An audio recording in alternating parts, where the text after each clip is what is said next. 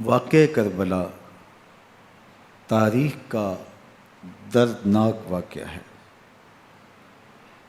یہ اقتدار کی جنگ نہیں تھی، اقدار کی جنگ تھی۔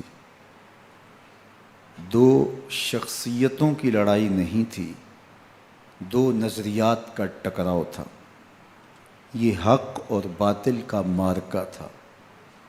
یزید ظلم کا استعارہ ہے، حسین ابن علی امن کی علامت ہے۔ یزید جبر کا پتلہ ہے، حسین صبر کا پیکر ہے۔ یزید اپنی بدطینت فطرت اور اپنی طبع ناہموار کے باعث دنیا پر ذلت و رسوائی، ظلم، جبر، جور و زیادتی کی علامت بن کے ابھرا، اور حسین ابن علی رضی اللہ تعالی عنہ حق و صداقت کا نشان بن کے ابھرا۔ کربلا کے تپتے ہوئے ریگزار میں حسینی اور یزیدی دو کردار سامنے آتے ہیں۔ اقبال نے کہا تھا، موسیٰ و فرعون و شبیر و یزید، ایند و قوت از حیات آید پدید، زندہ حق از قوت شبیری است، باطل آخر داغ حسرت میری است، سرخ رو عشق غیور از خون او، شوخی ای مصرع از مضمون او، تا قیامت قطع استبداد کر، موج خون او چمن ایجاد کر۔ یزید بہدل کی بیٹی محسون کا ناپاک بیٹا تھا، اور حسین محمد عربی کی بیٹی فاطمہ کا شہزادہ تھا۔ یزید دمشق کے اطراف میں سرجون اور جریر اختل جیسے اوباشوں کے جرمٹ میں پل کے جوان ہوا۔ حسین کے گھر کا دروازہ مسجد نبوی کے اندر کھلتا تھا۔ یزید نشے میں دھت ہو کر کے نمازیں چھوڑ دیتا تھا۔ حسین کی کربلا کے اندر بھی نماز تہجد قضا نہیں ہوئی۔ یزید ظلم کا دوسرا نام ہے، حسین امن کی علامت ہے۔ یزید نے زندگی میں ایک مرتبہ حج کیا اور شراب کے مٹکے ساتھ لے کے آیا، اور اختل اور دیگر گویوں اور مغنیوں کو اپنے ساتھ رکھا تاکہ سفر آسانی سے کٹے۔ حسین ابن علی نے 25 حج سواری ہونے کے باوجود پیدل کیے۔ یزید حج بیت اللہ کے بعد مدینہ المنورہ آیا اور شراب کی ایک مجلس بپا کی۔ حضرت امام حسین رضی اللہ تعالی عنہ جب وہاں پہنچے تو شراب کی پھیلی ہوئی بدبو کو محسوس کرتے ہوئے فرمایا، یہ بو کیسی ہے؟ تو نشے میں دھت یزید بولا، یہ شام میں بنتی ہے، اور ایک جام منگوایا اور اس کو پیتے ہوئے دوسرا جام حضرت امام حسین رضی اللہ تعالی عنہ کی طرف بڑھاتے ہوئے کہا، ابا عبداللہ لیجئے۔ تو حضرت امام حسین رضی اللہ تعالی عنہ نے فرمایا، میں اس کی طرف دیکھتا بھی نہیں ہوں، اور پھر وہ عشقی اشعار پڑھنے لگا۔ جب یزید کی شراب نوشی کا منظر امام حسین رضی اللہ تعالی عنہ اپنی آنکھوں سے دیکھ چکے تھے تو مجھے بتاؤ، یزید کے ہاتھ پہ امام حسین کا پاک ہاتھ کیسے آتا؟ حضرت امام حسین رضی اللہ تعالی عنہ جس ماحول میں پلے تھے، جس ماحول میں پرورش پائی تھی، جس ماحول میں رہے تھے، وہ پاکیزہ اور تقدس مآب ماحول تھا۔ اور یزید کبھی اطراف دمشق میں، کبھی غوطہ میں، کبھی الخضرہ محل میں، اور کبھی کہاں اور کبھی کہاں داد عیش دیتا رہا اور لہو و لعب کے اندر مصروف رہا، اور اس کی زندگی ان چیزوں سے عبارت تھی۔ وہ محرمات کو حلال قرار دیتا، شراب نوشی اس کی ہڈیوں میں رچی ہوئی تھی، اور شریعت بیضا کا مذاق اڑایا کرتا۔ اور حسین ابن علی رضی اللہ تعالی عنہ کی دوستیاں جن لوگوں سے تھی وہ عبداللہ ابن عباس تھے، عبداللہ ابن عمر تھے، حضرت عبد الرحمن بن ابو بکر رضی اللہ تعالی عنہ تھے۔ یزید تو جوا کھیلتا رہا، یزید تو قمار بازی کرتا رہا، یزید تو شراب نوشی کرتا رہا، اور حسین ابن علی مسجد نبوی کے ممبر میں حضور کے پہلوؤں میں بیٹھتے رہے۔ زمانے نے وہ منظر دیکھا کہ سرخ رنگ کے جوڑے پہنے ہوئے حسنین کریمین حجرہ فاطمہ سے نکلتے ہیں، کم عمری کی وجہ سے کبھی گرتے ہیں کبھی سنبھلتے ہیں، اور آقا کریم خطبہ ارشاد کر رہے ہیں، خطبہ چھوڑ کے حضور نے شہزادوں کو اٹھا لیا۔ وہ منظر بھی زمانے نے دیکھا۔ حضرت عبداللہ بن شداد کہتے ہیں کہ حضور سجدے میں تھے اور سجدہ اتنا طویل ہو گیا، ہمیں لگا یا تو وحی کا نزول ہو رہا ہے یا پھر اللہ کا حکم آ گیا اور اللہ کے محبوب کی روح قبض کر لی گئی۔ لیکن میں نے جب نظریں اٹھا کے ننکیوں سے دیکھا تو کیا منظر تھا کہ حسین ابن علی حضور کی پشت پہ بیٹھے ہوئے اور میرے آقا سجدے کو طول دے رہے ہیں۔ اللہ اکبر! حسین کے لیے پیغمبر کے سجدوں کو طول دیا جا رہا ہے۔ حسین ابن علی کبھی ممبر پہ حضور کی اطراف میں بیٹھتے ہیں، وہ منظر بھی دنیا نے دیکھا کہ حضور کے مبارک کندھوں پر حسین ابن علی بیٹھے ہیں اور حضور کی زلفوں کو پکڑا ہوا ہے۔ تو حضرت عمر رضی اللہ تعالیٰ عنہ دیکھ کے کہتے ہیں واہ واہ کیسی سواری میسر آئی حسین ابن علی کو۔ تو میرے آقا مسکرا کے کہتے ہیں عمر سواری دیکھتے ہو سوار بھی تو دیکھو۔ اللہ اکبر!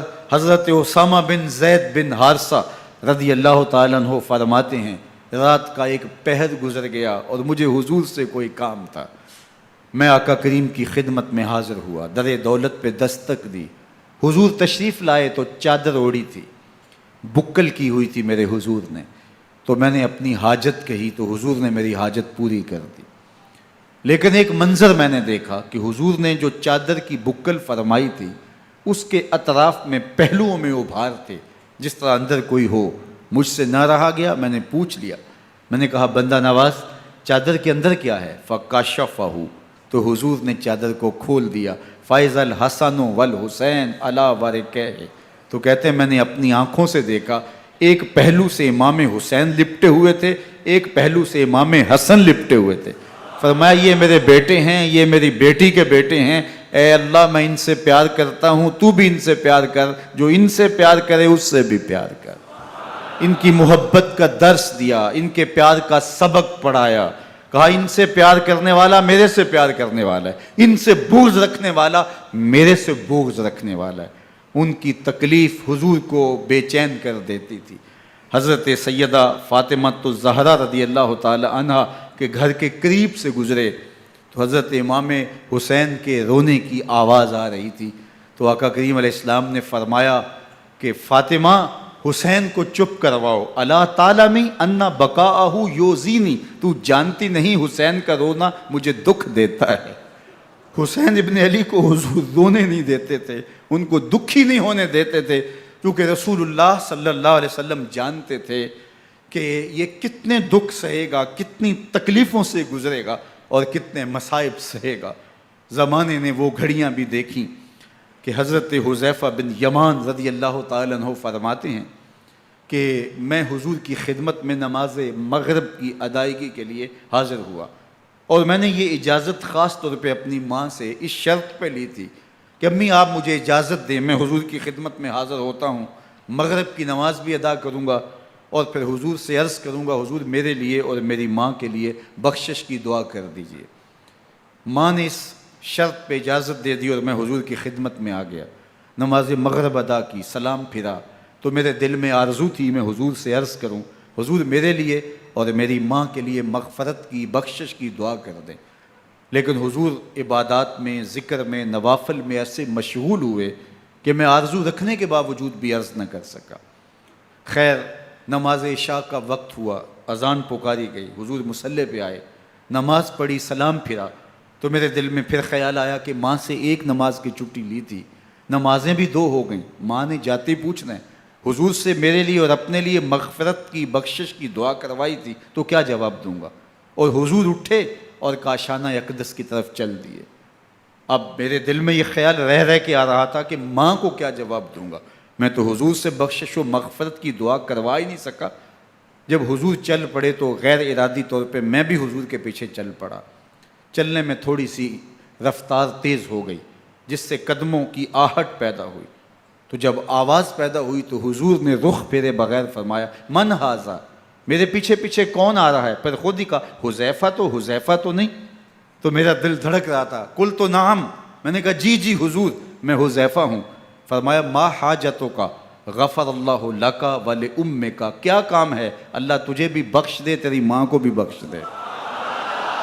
اب جو کام تھا وہ جنبش لب سے پہلے ہی ہو گیا، یہاں تو لفظوں کا سہارا بھی نہیں لینا پڑتا، وہ بند لبوں کی بولیاں بھی سنتے ہیں۔ اقبال بولا ہے فروغت صبح آثار و دہور، چشم تو بی نندائے ما فی الصدور، تیری نظر تو سینوں کے چھپے راز بھی دیکھتی۔ تو کہا ما حاجتوں کا غفر اللہ لک ولامک، اللہ تجھے بخش دے، تیری ماں کی بھی مغفرت کر دے، کیا کام ہے؟ اب جو کام تھا وہ تو ہو گیا۔ تو میرے حضور نے ارشاد فرمایا حذیفہ سنو، ابھی ایک فرشتہ آیا ہے جو اس سے قبل دھرتی پر پہلے کبھی نہیں آیا، آج پہلی مرتبہ اللہ سے اجازت لے کے 2 کام کرنے آیا ہے۔ ایک تو مجھے سلام کرنے آیا ہے، اور دوسرا خوشخبری دینے آیا ہے کہ آپ کی بیٹی فاطمہ جنتی عورتوں کی سردار ہے، اور حسن اور حسین جنتی جوانوں کے سردار۔ ایک طرف یزید ناپاک میسون کا پلیت بیٹا، اور ایک طرف محمد عربی کا نواسا، فاطمہ کے دودھ کا اثر، علی المرتضیٰ کے خون کی تاثیر، رسول اللہ صلی اللہ علیہ وسلم کے کندھوں پہ بیٹھنے والا۔ ایک دن حضور نے امام حسین رضی اللہ تعالیٰ عنہ کے ہاتھ پکڑ لیے اور ان کے پاؤں اپنے پاؤں پہ رکھے، اور پھر فرمایا بیٹے آگے بڑھو، اور ان کے پاؤں حضور کی پنڈلیوں پہ آئے۔ پھر کہا بیٹے اور آگے بڑھو، حتیٰ کہ ان کے پاؤں حضور کی رانوں پہ آئے۔ پھر فرمایا بیٹا اور آگے بڑھو، تو ان کے پاؤں حضور کے مبارک بطن اقدس پہ آئے۔ پھر بازوؤں کو کھینچ کے اپنے قریب کیا اور حسین ابن علی کے منہ میں اپنی زبان رکھ دی، اور وہ اس طرح چوس رہے تھے جس طرح کھجور چوسی جاتی ہے۔ تو اللہ کے محبوب علیہ السلام نے حسین ابن علی کو اپنی زبان کا لعاب دہن دے کر کے، وہ شیر رحمت دے کر کے، وہ کوثر و تسلیم سے پاکیزہ تر آب رحمت عطا کر کے ان کی ہمیشہ کے لیے پیاس بجھا دی، تاکہ کل کربلا کے تپتے ہوئے ریگزار میں حسین ابن علی کو پیاس کی شدت تنگ نہ کرے اور پائے استقلال میں لغزش نہ آنے پائے۔ ان نازوں سے پالے ہوئے حسین کو، ان محبتوں سے پالے ہوئے حسین ابن علی کو امتحان بھی اتنے بڑے درپیش تھے۔ یاری تیری سونا پر ازمیشاں تیریاں اگ، سونا پرکھیا جامدہ ہے نال اگاں دے لگ۔ جتنا بڑا شخص ہوتا ہے اتنی آزمائشیں بھی بڑی ہوتی ہیں۔ پیغمبر رحمت کی آغوش میں کھیلنے والا، حجرہ فاطمہ کا جانشین، مصلی رسول کا وارث، منبر رسول صلی اللہ علیہ وآلہ وسلم پر حضور کے مبارک پہلو اور گود میں بیٹھنے والا حسین، حضور کی زبان چوسنے والا حسین، حضور کے کندھوں پہ سواری کرنے والا حسین، آقا کریم علیہ الصلوۃ والسلام کے مبارک سجدے کی حالت کے اندر حضور کی پشت پہ کھیلنے والا حسین، جس حسین کا دروازہ مسجد نبوی کے اندر کھلتا تھا اور یزید کی کرتوتوں کے چشم دید گواہ تھے۔ یزید جب تخت نشین ہوتا ہے تو اسے یہ فکر ہوتی ہے کہ امام حسین، عبداللہ بن زبیر، عبداللہ بن عمر، عبداللہ ابن عباس یہ میری بیعت کریں۔ اور وہ ولید بن عقبہ کو لکھتا ہے کہ ہر صورت میں ان کی بیعت لو، اور اگر بیعت نہ دیں تو سختی کرو۔ حضرت امام حسین رضی اللہ تعالی عنہ کو بلاوا آتا ہے کہ آپ کو دارالامارت میں گورنر ہاؤس میں بلایا جا رہا ہے، ولید بن عقبہ کا پیغام آپ کو پہنچتا ہے۔ آپ اس وقت فرماتے ہیں کہ اس وقت جو پیغام پہنچا ہے وہ کسی خطرے سے خالی نہیں ہے، تو کچھ سواروں کو ساتھ لیا، کہا تم دارالامارت کے باہر کھڑے رہنا، اگر میری آواز بلند ہوئی تو اندر آ جانا، ورنہ تم انتظار کرنا۔ آپ اندر گئے۔ ولید بن عقبہ نے مروان کو بھی بلایا تھا۔ مروان بن حکم یہ گورنر مدینہ ولید سے پہلے رہ چکا ہے، تو اس نے مشورہ دیا کہ سختی کی جائے۔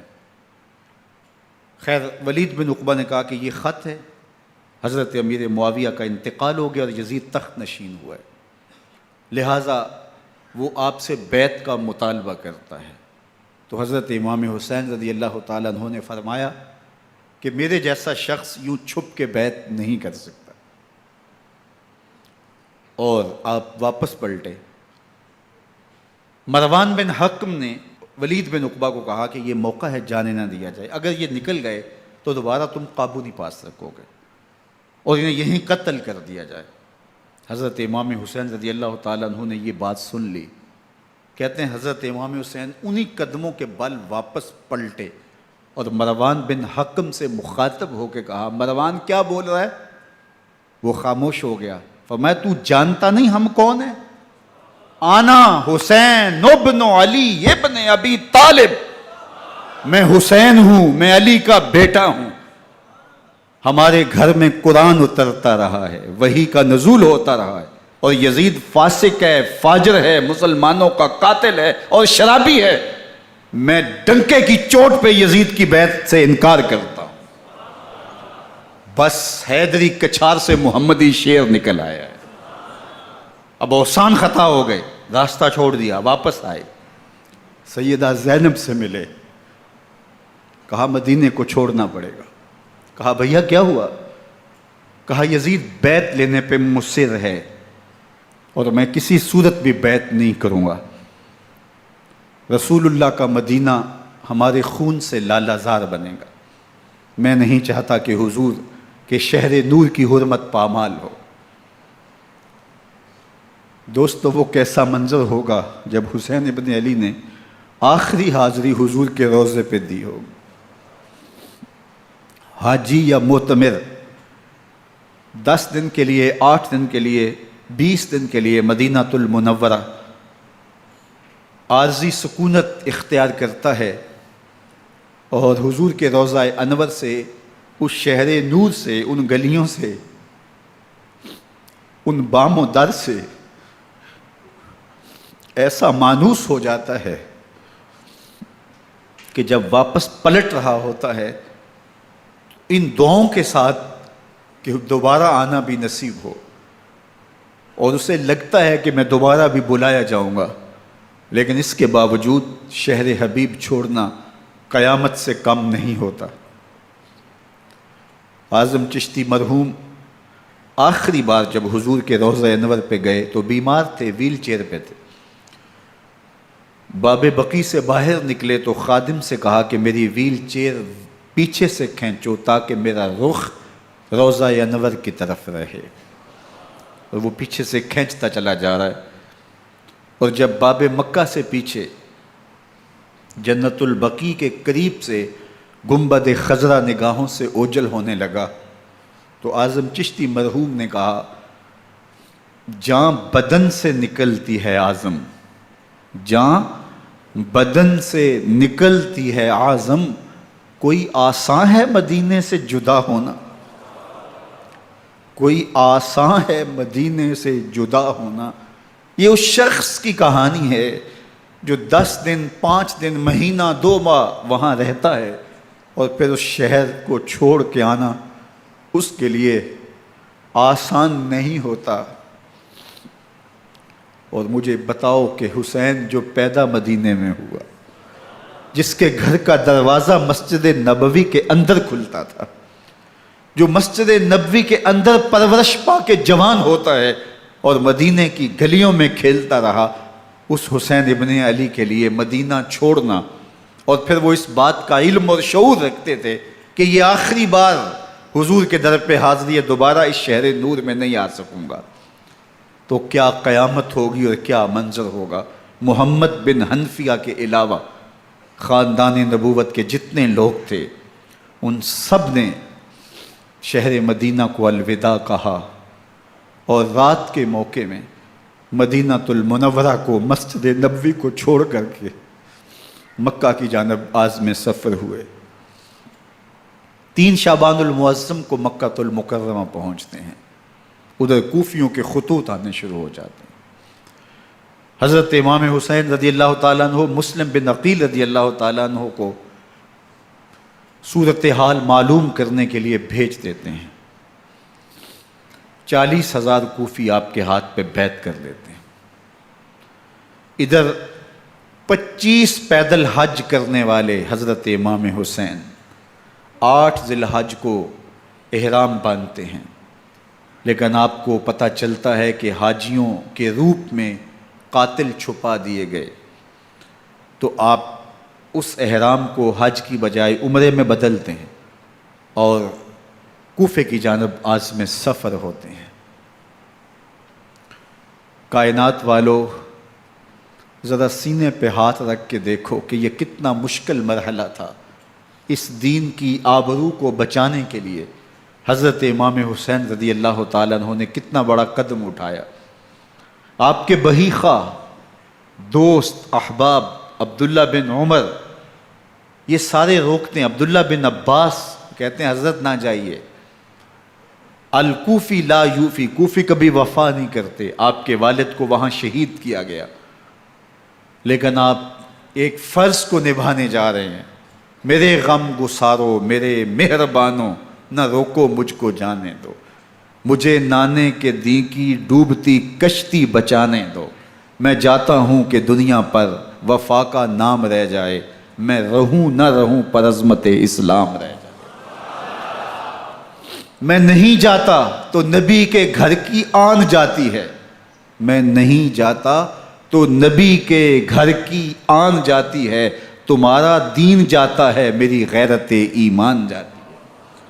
حضرت امام حسین یہاں سے چلتے ہیں، ابھی راستے میں ہی پہنچتے ہیں کہ یہ خبر آتی ہے کہ کوفے والوں نے بے وفائی کر دی، حضرت مسلم بن عقیل رضی اللہ تعالیٰ عنہ کو شہید کر دیا گیا، نعمان بن بشیر معزول کر دیے گئے، ابن مرجانہ ابن زیاد وہاں متعین کر دیا گیا جو سخت گیر شخص تھا، اور اس نے لوگوں کو ڈرایا، دھمکایا، اور کوفے کے لوگوں کے دل بدل گئے اور وہ بیتیں توڑنے لگے۔ وہ منظر مسجد کوفہ کا کتنا دلگداز تھا، جب امام نماز کے لیے کھڑے ہوئے تو 40,000 لوگ آپ کے پیچھے تھا۔ جب سلام پھیرا اور امام نے دیکھا کہ پیچھے لوگ نہیں ہیں، پھر لوگوں نے اپنے دروازے بھی بند کر لیے۔ رات کی تنہائیاں ہیں اور حضرت مسلم بن عقیل کو کوئی پناہ دینے والا نہیں ہے، لوگوں نے دروازے بند کر لیے کہ کہیں ہمارے گھر میں نہ آ جائیں اور ہم مشقت اور حکومتی تشدد کا شکار نہ ہوں۔ کتنا دردناک لمحہ ہے حضرت مسلم بن عقیل رضی اللہ تعالیٰ عنہ پہ، اور پھر حضرت مسلم بن عقیل بے دردی سے شہید کر دیے جاتے ہیں۔ آپ ابھی راستے میں ہیں، یہ ساری کہانی پہنچتی ہے کہ حضرت مسلم شہید کر دیے گئے اور بے دردی سے شہید کر دیے گئے۔ وہ جنہوں نے خط لکھے تھے کہ ہم آپ کے ساتھ ہیں اور ہم منتظر ہیں، چشم برا ہیں، آپ کے قدموں کی چاپ سننے کے لیے بےتاب ہیں، آج انہوں نے بیتیں توڑ دی، 40,000 کوفی منحرف ہو گئے۔ مسجد کوفہ کا وہ منظر کس قدر روح کو تڑپا دینے والا تھا۔ ہم پچھلے سال عصر اور مغرب کے درمیان جب کوفہ پہنچے تو سورج ڈوبنے کے قریب تھا۔ میں نے اپنی زندگی میں اتنا اداس موسم کہیں نہیں دیکھا جتنا اداس موسم کوفے میں دیکھا۔ ایسے لگتا تھا جس طرح کوفے کی آب و ہوا آج بھی شرمندہ ہے۔ جو مسلم بن عقیل اور خاندان نبوت کے ساتھ اہل کوفہ نے کیا، حضرت امام حسین رضی اللہ تعالیٰ عنہ کو ان کے بہی خواہوں نے، اعزاء نے، اقربا نے، دوستوں نے، آوان و انصار نے، ساتھیوں نے کہا کہ حضرت حالات یکسر تبدیل ہو گئے، اب ہمیں مراجعت کر جانی چاہیے، واپس پلٹ جانا چاہیے۔ تو حضرت امام حسین کافی سوچ بچار میں رہے، پھر اس کے بعد آپ نے فیصلہ کیا کہ ہم آگے بڑھیں گے۔ دوستوں نے کہا کہ حضرت اگر آپ آگے بڑھیں گے تو ہمیں لگتا ہے کہ وہ آپ کے ساتھ سلوک اچھا نہیں کریں گے اور آپ بچوں کے سامنے پیاسے شہید کر دیے جائیں گے۔ تو حضرت امام حسین رضی اللہ تعالیٰ عنہ نے وہاں ایک خطبہ ارشاد فرمایا کہ لوگو تم جو مجھے بتا رہے ہو مجھے اچھی طرح معلوم ہے، جو تم مجھے منظر پیش کر رہے ہو وہ میری نگاہوں میں ہے، اور جو کچھ ہونے والا ہے چشم تصور وہ منظر دیکھ رہی ہے۔ چونکہ حضرت امام حسین رضی اللہ تعالیٰ عنہ کی شہادت کی خبر حضرت امام حسین کے پیدا ہوتے ہی خاندان نبوت میں عام تھی۔ حضور علیہ الصلوۃ والسلام کو یہ بات جبریل امین نے آ کے بتائی تھی جب حسین ابن علی کے ساتھ حضور محبت کا اظہار کر رہے تھے، تو یہ جبریل امین نے آ کے کہا تھا حضور آپ کا یہ بیٹا ارض طف میں شہید کر دیا جائے گا، اور کربلا کی مٹی لا کے حضور کو دی اور ام سلمہ کو حضور نے عطا کر دی۔ حضرت ام سلمہ کہتی ہیں کہ ایک دن میں سوئی تو خواب دیکھا کہ حضور کے مبارک بال بکھرے ہوئے ہیں اور سخت پریشان ہیں، تو میں نے کہا کہ حضور آپ کی یہ کیا حالت ہے؟ وَبِيَدِهِ قَارُورَةٌ، اور حضور کے ہاتھ میں ایک شیشی ہے، فیہا دمن، جس کے اندر خون ہے۔ تو میں نے کہا حضور یہ کیا؟ فرمایا میں قتل گاہ حسین سے آ رہا ہوں اور یہ حسین ابن علی کا خون ہے۔ تو کہا 10 محرم کا دن تھا، دوپہر کا یہ منظر تھا، میں کیلولہ کر کے اٹھی، جب میں نے دیکھا تو وہ شیشی جس میں کربلا کی مٹی رکھی تھی وہ خون بن چکی تھی۔ تو یہ خبر پہلے دی گئی تھی، یہ بتا دیا گیا تھا۔ فرمایا میرے دوستو جو تم مجھے بتاتے ہو میں اس سے بے خبر نہیں ہوں، یہ سب کچھ ہونے والا ہے، لیکن اس کے باوجود میں کیوں جا رہا ہوں؟ تو آپ کا ایک تاریخ ساز جملہ ہے جو کربلا کے فلسفے کو ہمارے سامنے رکھتا ہے کہ یہ اتنا بڑا امتحان کیوں دیا۔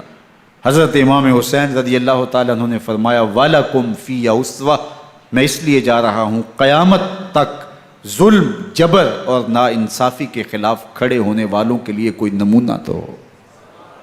میری زندگی قیامت تک ظلم، جبر اور استحصالی نظام کے خلاف کھڑے ہونے والوں کے لیے نمونہ ہے۔ تو حضرت امام حسین رضی اللہ تعالیٰ عنہ نے حق اور باطل کے درمیان ایک سرخ لکیر کھینچ دی اپنے خون سے۔ اب حق اور باطل کا امتیاز کرنا مشکل نہیں ہے، کوئی باطل پہ اڑا رہے تو الگ بات ہے، لیکن امتیاز کرنا مشکل نہیں ہے۔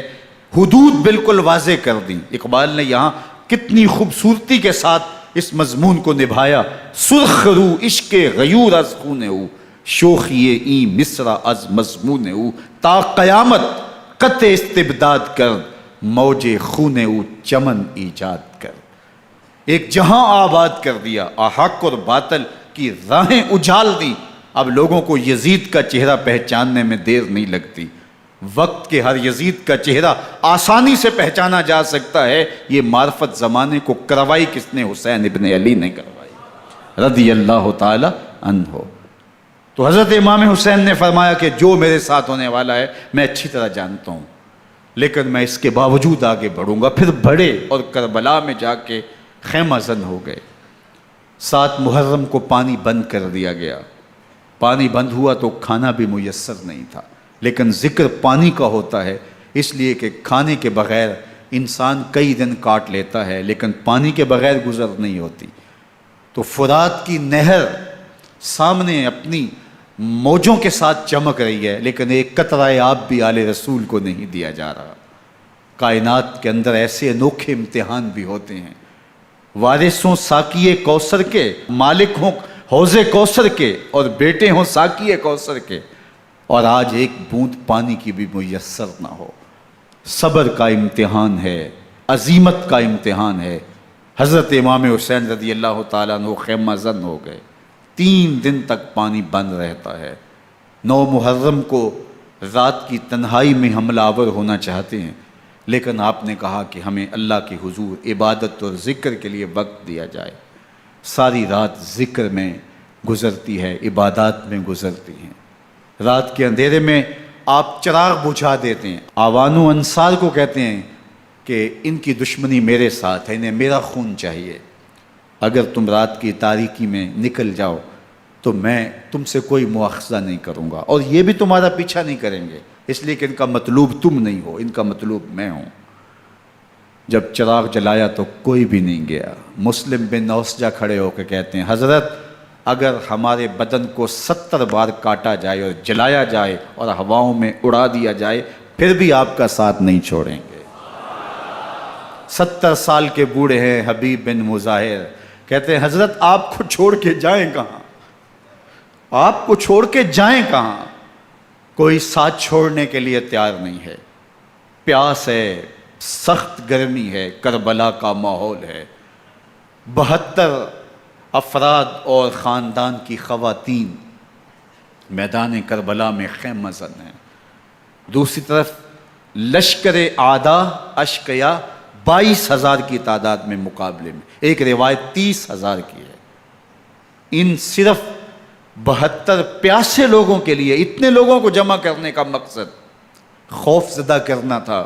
شرط ہے کہ یا یزید کی بیعت کر لیں، محاصرے توڑ دیں گے، پانی دستیاب ہوگا، اعزاز و اکرام سے نوازا جائے گا، خزانوں کے منہ کھول دیے جائیں گے۔ لیکن حسین ابن علی کہتے تھے سب کچھ لٹ جائے گا، باطل کے ہاتھ پہ ہاتھ نہیں رکھوں گا۔ اللہ اکبر۔ اب صبح طلوع ہوتی ہے، عاشور کا دن چڑھتا ہے، سورج اپنی پوری تمازت کے ساتھ گرمی برسا رہا ہے۔ آج خاندان نبوت کا امتحان زمانے نے دیکھنا ہے۔ رسول اللہ کا لعاب چوسنے والا اس کے صبر کا آج امتحان ہے۔ حضور کے کندھوں پہ کھیلنے والے حسین کا آج امتحان ہے۔ اللہ اکبر۔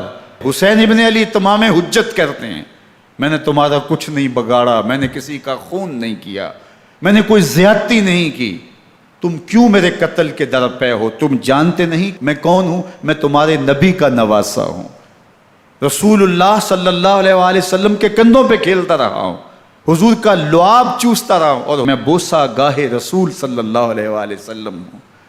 لیکن ان اشقیاء کے دل پر کوئی چیز اثر انداز نہیں ہوتی۔ ایک ہور ہے، اللہ اس کے دل میں نرمی ڈالتا ہے۔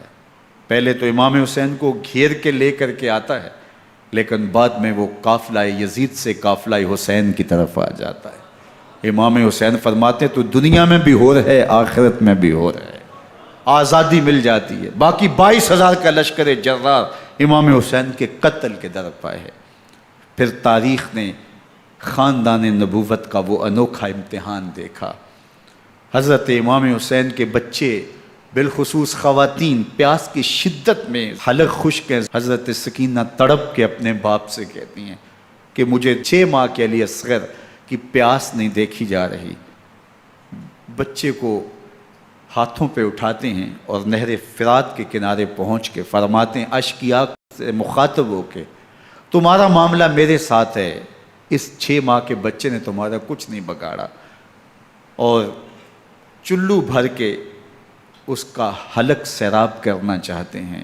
ایک 2 شاخہ تیر آتا ہے جو حضرت علی اصغر کے گلے کو چیر دیتا ہے۔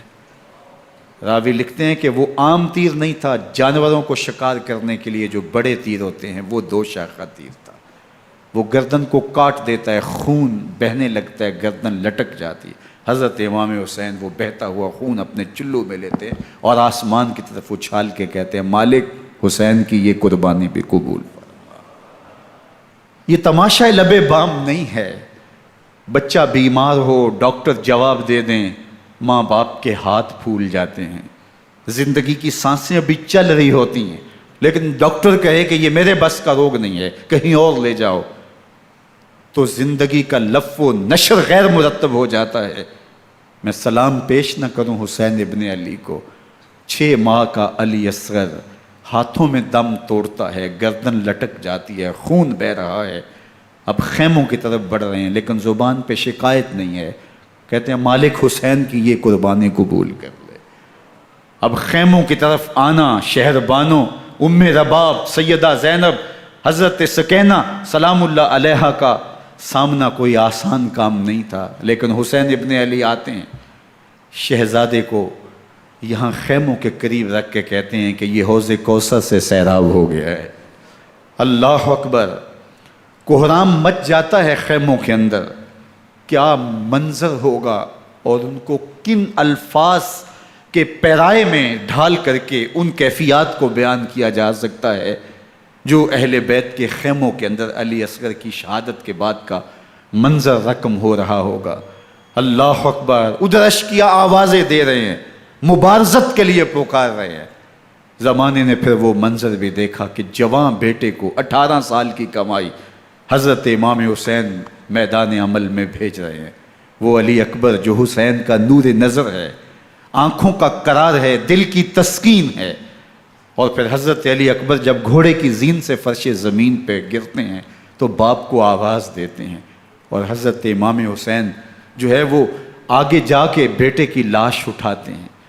اللہ اکبر، 18 سال کے بیٹے کی لاش کو کندھوں پہ اٹھا کے خیموں تک لاتے ہیں اور ہاتھ پھیلا کے کہتے ہیں مالک حسین کی یہ قربانی بھی قبول فرما۔ کبھی قاسم بن حسن کی لاش اٹھا کے لاتے ہیں، کبھی اون و محمد کی لاشیں اٹھا کے لاتے ہیں، بھتیجوں کی، بھانجوں کی، بھائی عباس کے کٹے ہوئے بازو اور زخموں سے چھدا ہوا لاشا۔ کیا کیا قیامتیں تھیں جو اس کربلا کے ایک میدان کے اندر نہیں توڑی گئیں۔ حضرت امام حسین پر دکھ پہ دکھ، تکلیفوں پہ تکلیفیں۔ اب 71 لاشیں اٹھا کے خیموں تک پہنچا چکے، اور ادھر مبارزت کی دعوت دی جا رہی، آؤ میدان عمل میں آؤ، اب دیر کیوں کر رہے ہو۔ رسول اللہ کا حرم، رسول اللہ کی شہزادیاں جو نازوں میں پلی تھیں، وہ کلیاں جو شبنم کا بوجھ بھی گوارا نہیں کر سکتی تھی، آج مصیبتوں کے پہاڑ ٹوٹ گئے۔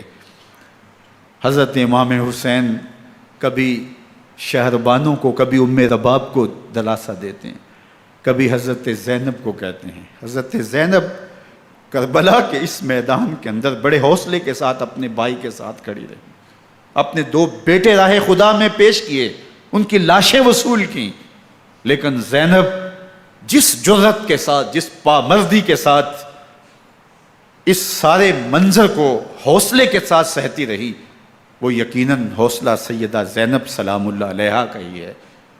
لیکن یہ وہ منظر تھا کہ زینب کا دل بھی ڈول گیا جب حسین ابن علی گھوڑے پہ بیٹھنے لگے، اور ان کو گھوڑے میں بٹھانے والا کوئی نہیں تھا، اور جو بھی سوار جاتا پھر واپس اس کی لاش ہی آتی اور حسین ابن علی لے کے آتے۔ آج حسین ابن علی جا رہے ہیں، زندگی کا سارا سرمایہ لٹ رہا ہے، حضرت زینب سلام اللہ علیہا سنبھل نہیں رہی۔ حضرت امام رضی اللہ تعالیٰ عنہ اٹھے اور آپ نے حضرت زینب کو صبر کی تلقین کی اور کہا کہ صبر ہی بہترین ذریعہ ہے اور اللہ کی قربت کا ایک بہترین سبب ہے، اور ان کو صبر کی تلقین کرتے ہوئے فرمایا کہ میرے بعد تم نے اس ذمہ داری کو سنبھالنا ہے، اور ان مخدرات اسلام کی، ان شہزادیوں کے پردے کی تم نے حفاظت کرنی ہے۔ اور پھر گھوڑے کی زین کس کے امام حسین لشکر اشکیا کی طرف بڑھتے ہیں۔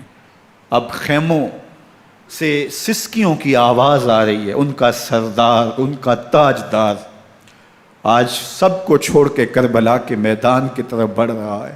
جرم کیا کیا، قصور کیا کیا، اس نے کیا زیادتی کی کہ آج نیزوں اور انیوں کے مقابلے میں 22,000 کا لشکر حضرت امام حسین پہ ٹوٹ پڑتا ہے۔ آپ پھر اتمام حجت کرتے ہیں، میں نے کسی کو قتل نہیں کیا، خون ناحق نہیں بہایا، میرے خون کے درپے کیوں ہو، اپنی آخرت کیوں برباد کرتے ہو، تم جانتے نہیں میں کون ہوں، میں تمہارے نبی کا نواسا ہوں۔ لیکن ابن زیاد کہتا ہے مقابلے میں آؤ۔ پھر حضرت امام حسین رضی اللہ تعالیٰ عنہ مقابلے میں آتے ہیں، اور جب گھوڑے کو ایڑ لگا کے دشمن اشقیاء پہ ٹوٹتے ہیں تو پھر ایسا منظر ہوتا ہے کہ وہ بھیڑ بکریوں کی طرح آگے بھاگتے ہیں۔ 71 زخم کلیجے پہ لیے شجاعت کا یہ پیکر جب میدان میں آتا ہے، آواز آتی، یہ کون ذی وقار ہے، بلا کا شاہ سوار ہے، لباس ہے پھٹا ہوا غبار سے اٹا ہوا، تمام جسم نازنی چھدا ہوا کٹا ہوا، یہ نبی کا نور عین ہے، یہ بالیقین حسین ہے، یہ حسین ابن علی ہیں رضی اللہ تعالیٰ عنہ۔ پھر چاند بادلوں میں گھر جاتا ہے، شامی ہنڈے تیر برساتے ہیں، تلواروں سے آپ کے بدن پر ضربیں لگاتے ہیں اور نیزوں سے آپ کے بدن کو پرو دیتے ہیں۔ جب آپ کا پیراہن بعد میں اتارا گیا تو آپ کے پیراہن میں 122 سوراخ تیروں کے تھے، 33 زخم تلواروں کے اور 34 گھاؤ نیزوں کے تھے۔ جب گھوڑے کی زین سے فرش زمین پر آئے، بدن چھلنی تھا، زخم زخم سے خون بہہ رہا تھا، 3 دن کا پیاسا حسین، اللہ اکبر، بدن زخموں سے چور، 71 لاشیں کلیجے پہ لیے، مخدرات اسلام کے پردے کا خیال دل میں الگ ہے، لیکن گھوڑے کی زین سے جب فرش زمین پہ امام حسین آتے ہیں، زبان پہ ہائے نہیں، نالا و شیون نہیں، چیخ و پکار نہیں، آتے ہی پیشانی سجدے میں رکھتے ہیں اور پکارتے ہیں اللہم ردن بقضائک وصبرن علی بلائک تسلیما لامرک سبحان ربی الاعلی۔ مالک گھر لٹا کے، بچے لٹا کے، خاندان سب کچھ قربان کر کے، اپنے بدن کو زخموں سے چھلنی کروا کے، تیروں اور نیزوں کی انیوں سے اپنے آپ کو زخمی کروا کے، تیرے حضور سر جھکا کے یہ اقرار کرتا ہوں کہ حسین تیری تقدیر پہ راضی ہے، مالک تو بھی بتا، تو بھی حسین پہ راضی ہوا ہے کہ نہیں ہوا۔ آواز آ رہی ہے اس پیاسے پر علی شیر خدا کو ناز ہے، اس نواسے پر محمد مصطفیٰ کو ناز ہے، اوروں نے بھی سجدے کیے پر اس کا عجب انداز ہے، اس نے وہ سجدہ کیا جس پر خدا کو ناز ہے۔ حسین ابن علی رضی اللہ تعالیٰ عنہ کا سر انور دستے قاتل نے تب کاٹا جب وہ سجدے میں جھکا ہوا تھا۔ یزید نے کہا میں بیعت لوں گا، امام حسین نے کہا کبھی بھی نہیں دوں گا، یہ سر کٹ سکتا ہے جھک نہیں سکتا۔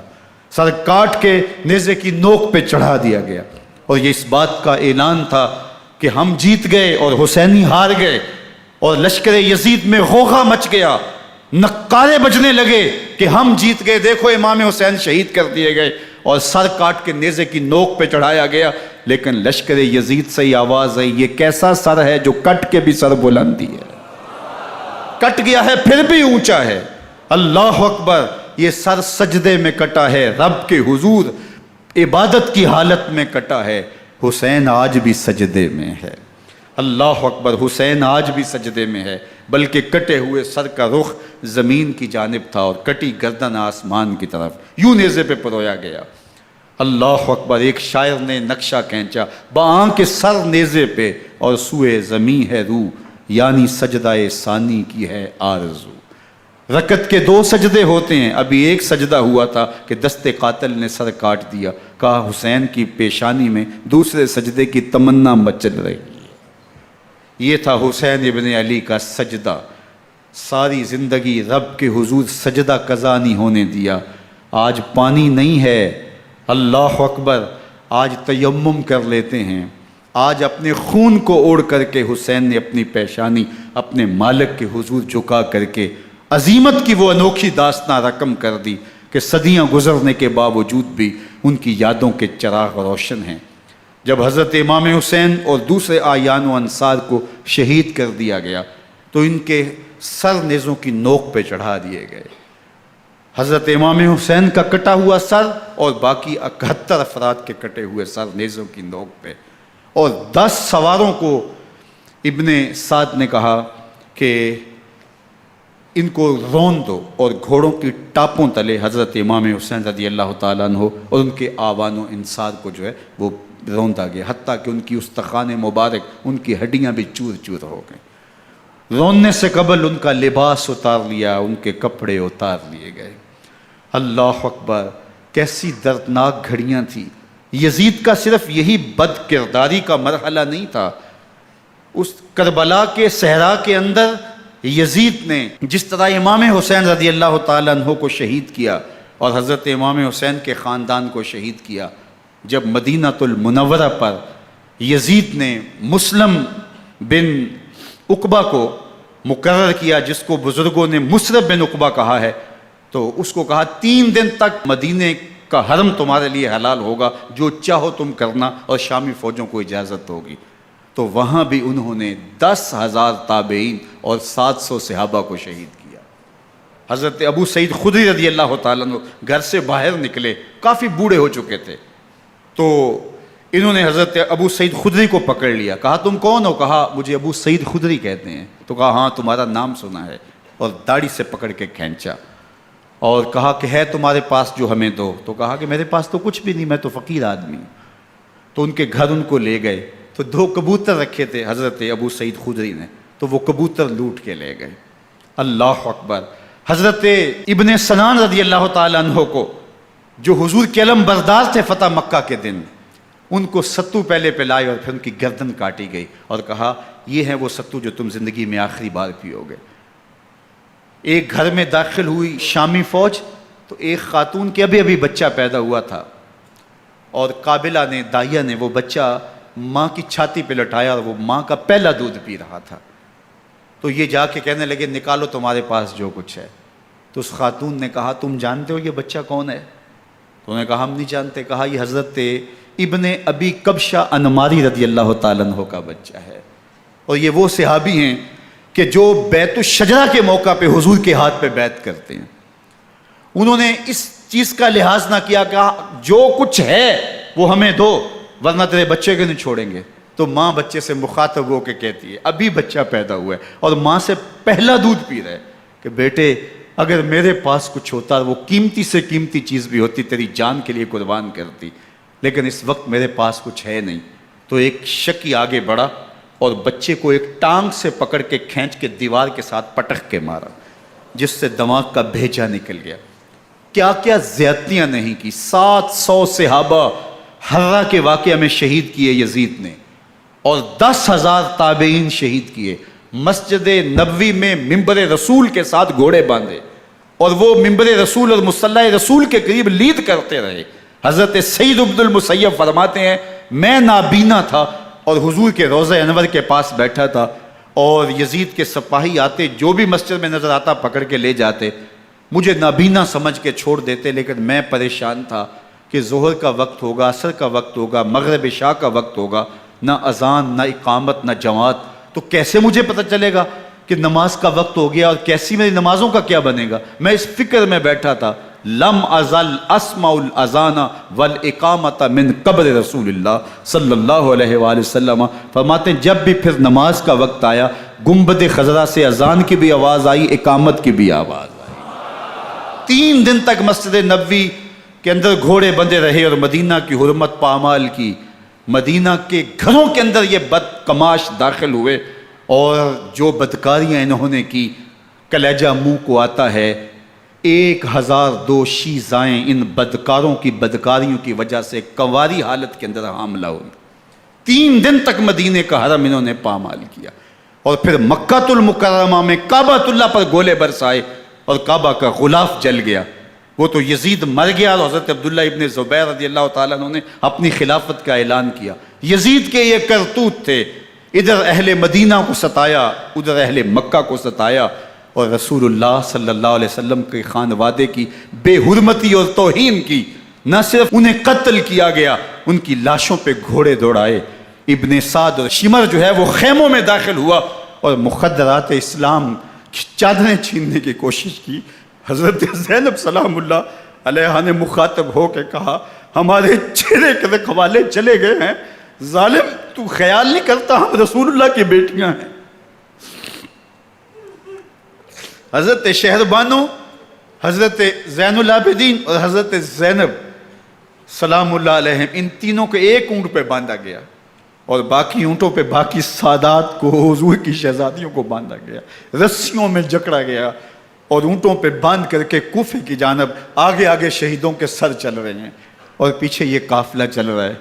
اور جب یہ قافلہ وہاں سے گزرا جہاں لاشیں پڑی تھیں، امام زین العابدین 14 سال کے تھے اور بیمار تھے، اور ان کا حوصلہ نہ ہوا، وہاں غشی ان کے اوپر آنے لگی، اور وہ منظر ابن کثیر نے، باقی لوگوں سب نے لکھا ہے کہ پھر جب ان کی یہ حالت ہوئی تو پھر سیدہ زینب سلام اللہ علیہ، جنہوں نے ابھی تک بڑے حوصلے کے ساتھ ساری مشکلات کا مقابلہ کیا تھا، اب ان کے بندھن ٹوٹ گئے اور آنکھوں سے آنسو بہنے لگے، اور سیدہ زینب نے امام حسین رضی اللہ تعالیٰ عنہ کی لاش پہ کھڑے ہو کے، اور وہ روندی ہوئی لاش، ٹوٹی ہوئی ہڈیاں، اور وہ برینا بدن، کٹا ہوا سر نیزے کی نوک پہ، اور لاش یہ پڑی ہے، تو حضرت سیدہ زینب نے مدینے کی طرف منہ کر کے جو ہے وہ حضور سے فریاد کی، یا محمد آہو، یا محمد آہو، ھذا حسین بالآراء مزمل بالدماء، یا محمد آہو بناتوں کا سبایا۔ یا رسول اللہ، اے پیارے آقا، یا جد آہو، اے ہمارے نانا محترم، یہ دیکھیے آپ کا حسین پڑا ہوا ہے، بدن سے کپڑے اتار لیے گئے، خاک ہوائیں اڑا رہی ہیں، اور اس کے اوپر چادر جو ہے وہ مٹی کی پڑ گئی ہے۔ حضور آپ کی اولاد کاٹ دی گئی، اور پھر کہا بناتوں کا سبایا، حضور دیکھیے آپ کی بیٹیوں کے ہاتھ باندھ دیے گئے ہیں، اونٹوں پہ کس دیا گیا ہے، سر شہیدہ آگے آگے چل رہے ہیں، اور حضرت سیدنا امام حسین کا آگے آگے سر ہے۔ راستے کے اندر ایک جگہ آئی، رات گزری اور ان کو اتارا گیا۔ رات کا موقع تھا، ایک خاتون آئی اور اس نے کوئی کھانا پیش کیا ان کو، اور کہا کہ میں کسی زمانے میں حضرت سیدہ فاطمہ زہرا کی نوکری کیا کرتی تھی، ان کی لونڈی تھی، ان کی کنیز تھی، اور آج مجھے پتہ چلا کہ آپ لوگ گزر رہے ہیں، تو میں نے کہا کہ میں اپنی مخدومہ کے خاندان کی خدمت کروں۔ اور پھر اس نے کہا کہ اس وقت سیدہ کی گود میں ایک 6-7 ماہ کی بچی تھی جس کو زینب کہا کرتے تھے، تو سیدہ زینب نے کہا کہ اماں اگر پہچانتی ہو تو وہ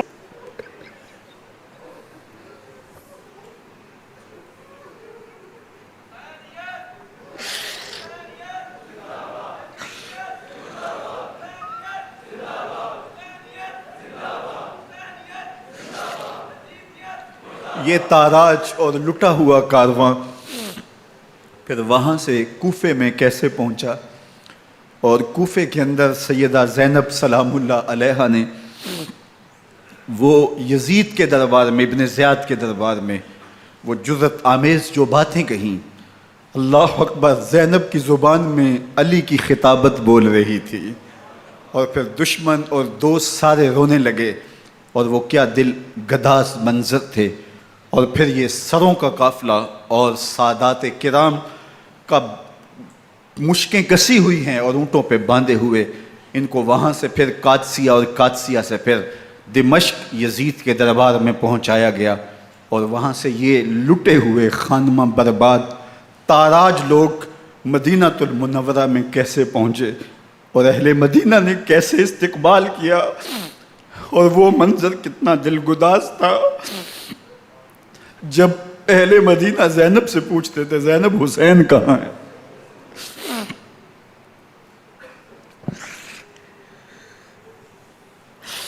بے مروت بے وفا تیرا بھی کیا افسانہ ہے، جس نے اپنی ہی شمع کو گل کیا تو وہ پروانہ ہے۔ اپنے پیغمبر کے شہزادوں کو اور اپنے پیغمبر کی شہزادیوں کو جو دکھ اس امت نے دیے، یہ کائنات کی ایک انوکھی داستان ہے۔